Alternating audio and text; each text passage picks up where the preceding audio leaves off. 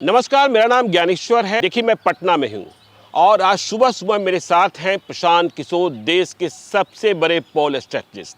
और मैंने कहा पटना में हूँ तो प्रशांत किशोर कह रहे हैं बिहार के बेटे हैं और कह रहे हैं अब बिहार में ही रहेंगे, बिहार में ही पॉलिटिकल कबड्डी खेलेंगे, बिहार में ही जनसुराज लाएंगे। लेकिन प्रशांत किशोर के बारे में कई बातें और कही जाती हैं। इन्होंने कितने प्रधानमंत्री बनाए, कितने मुख्यमंत्री बनाए, कितने हटाए, इस पर हम चर्चा नहीं करेंगे। प्रशांत जी, आपका स्वागत है। हम बात करेंगे बिहार की, क्योंकि हमारे दर्शक बिहार के हैं जी। तो देखिए प्रशांत जी, अब तो आप आ गए बिहार में पॉलिटिकल कबड्डी खेलने और आपने, हम देख रहे हैं कि आपने गमछा भी पहन लिया है।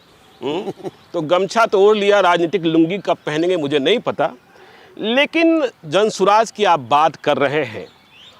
एक बार पहले भी आप आए थे और आपने कहा था कि हम बिहार की बात करेंगे, लेकिन आप चले गए कहीं और। कहीं मुख्यमंत्री बना रहे थे, कहीं किसी को बचा रहे थे, कहीं किसी को हटा रहे थे। बिहार की जनता कैसे भरोसा करे कि इस बार आप नहीं जाएंगे, खूंटा गाड़ कर बिहार में ही रहेंगे? देखिए, नेताओं के बारे में, अब तो आप नेता ही हो गए हैं। नेता ईश्वर की शपथ लेते हैं, संविधान की शपथ लेते हैं, लेकिन उसके बाद क्या क्या करते हैं यह भी आपको पता है। तो प्रशांत किशोर, थोड़ा सा हम अलग मानते हैं और आप जनसुराज की बात कर रहे हैं। आपकी विद्या है मुख्यमंत्री बनाना, मुख्यमंत्री हटाना, अब खुद करने आए हैं। आप कौन सी विद्या की कसम खाकर कहेंगे, क्या बोलता जो आपकी विद्या है कि बिहार छोड़कर नहीं जाऊंगा? देखिए, जैसा आपने कहा नेताओं के बारे में कि भाई लोग शपथ लेते हैं, कोई ईश्वर की, कोई संविधान की, और उसके बाद करते वही हैं जो उनके मन में होता है। तो किसी शपथ लेने से, कसम खाने से तो आप किसी पर विश्वास कर लें, ऐसा तो हो नहीं सकता है। मैं आपको ये आश्वस्त कर रहा हूँ, आपके दर्शकों के माध्यम से बिहार के लोगों को आश्वस्त करना चाह रहा हूँ कि जो काम मैं करता था, जिसकी वजह से आप मुझे जानते हैं, कोई पोल स्ट्रेटेजिस्ट कहता है, कोई राजनीतिक सहयोगी कहता है, कोई चुनावी प्रबंधन का जानकार कहता है, वो काम मैंने 10 साल किया जी। 2011 से 2021 तक।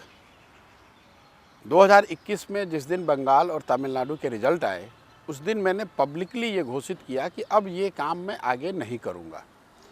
उसके बाद 1 साल का समय लिया ये तय करने के लिए कि आगे क्या करना चाहते हैं।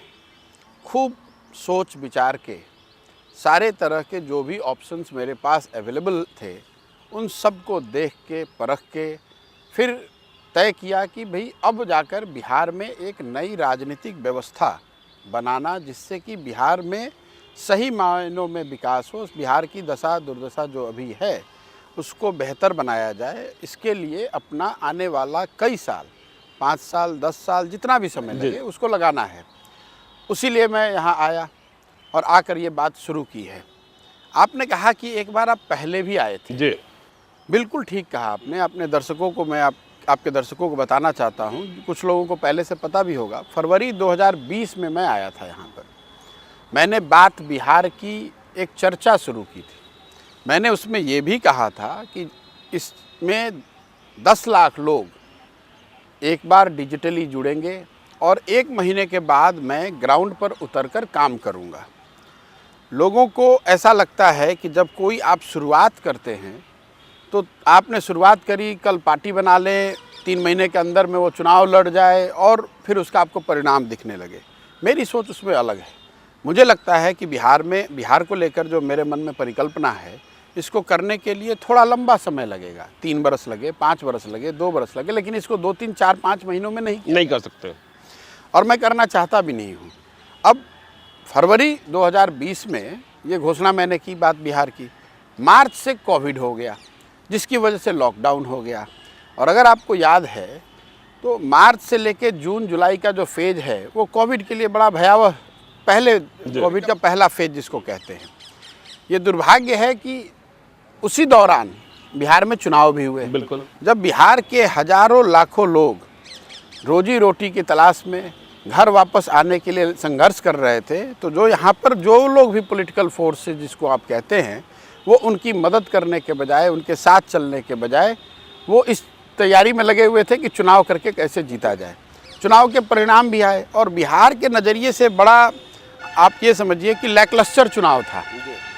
ना किसी पार्टी को ऐसी बड़ी बढ़त मिली, ना किसी, और वो एक अर्थमेटिक का इलेक्शन था। मैं कहता हूँ, अगर मेरी जो थोड़ी बहुत समझ है, 2020 का जो चुनाव बिहार का है वो कई मायनों में उसका कोई बहुत महत्व नहीं, वो स्टेटस को किसी तरह जनता ने, क्योंकि जनता जो, अब मैं ऐसा समझता हूँ कि जनता के दिमाग में उस समय कोविड, उनकी सुरक्षा, जानमाल की सुरक्षा, रोजगारी की समस्या, जो लोग बाहर हैं वो कैसे वापस आ सके, उनकी चिंता थी, चुनाव की चिंता कम थी। इसलिए आपने देखा होगा जो चुनाव परिणाम आए, वो चाहे पॉलिटिकल पार्टी और नेता कुछ भी दावा करें, और एज एनालिस्ट आप भी देखते होंगे, अगर आप 2020 के चुनाव को 2015 से कंपेयर करेंगे तो बिल्कुल राजनीतिक तौर पे लैकलस्टर चुनाव था, और सरकार भी ऐसी बनी है जो कि लैकलस्टर ही तरीके से चल रही है। तो आप बिल्कुल ये निश्चित जानिए कि मैं यहाँ पर हूँ, खूंटा गाड़ कर हूँ, और बिल्कुल कहीं नहीं जाने वाला हूँ, इसमें कहीं कोई हिचक न रखें। मतलब आप बिहार को बदल कर ही रहेंगे? देखिए, बदलना तो मेरे हाथ में नहीं है, बदलना बिहार के लोगों को है, लेकिन मेरा जो प्रयास है, मेरी जो सोच है, मैंने जैसा आपको बताया कि मैं ऐसे व्यक्तियों में नहीं हूँ जो हम लोग भोजपुरी में कहते हैं बज के बूझना और बुझ के बजना जी। तो हम सेकंड वाले, हाँ। कुछ बूझ के बजने वाले, बूझ के बजने वाले। एक बार चीज़ों को समझ लें फिर ही उसमें उलझते हैं। जी।